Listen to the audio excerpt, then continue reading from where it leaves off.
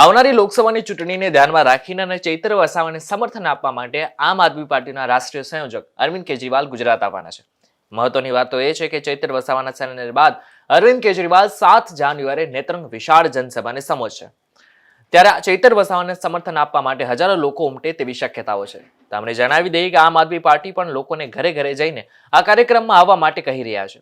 ત્યારે આમ આદમી પાર્ટીના નેતા પિયુષ પટેલે લોકોને આ કાર્યક્રમમાં આવવા માટે આહવાન કર્યું છે. તેમણે શું કહ્યું છે તે એકવાર સાંભળી લઈએ. વિડીયો જેટલા લોકો જોઈ રહ્યા છે તમામ ભાઈઓને અને બહેનોને હું જણાવવા માંગુ છું કે 7 જાન્યુઆરી નેત્રંગ ખાતે ચૈતરભાઈના સમર્થનમાં બબ્બે મુખ્યમંત્રી આવી રહ્યા છે, અરવિંદ કેજરીવાલજી અને ભગવત માન.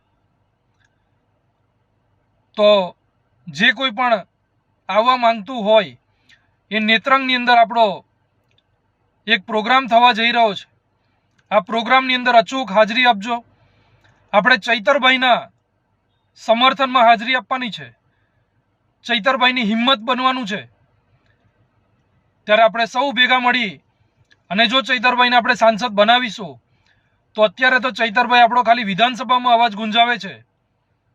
આગામી લોકસભાના ઇલેક્શન જીત્યા પછી દિલ્હીની અંદર સાંસદ ભવનમાં પણ આપણા ભરૂચ જિલ્લાનો અવાજ ગુંજતો હશે અને આપણા ગુજરાતનો અવાજ ગુંજતો હશે.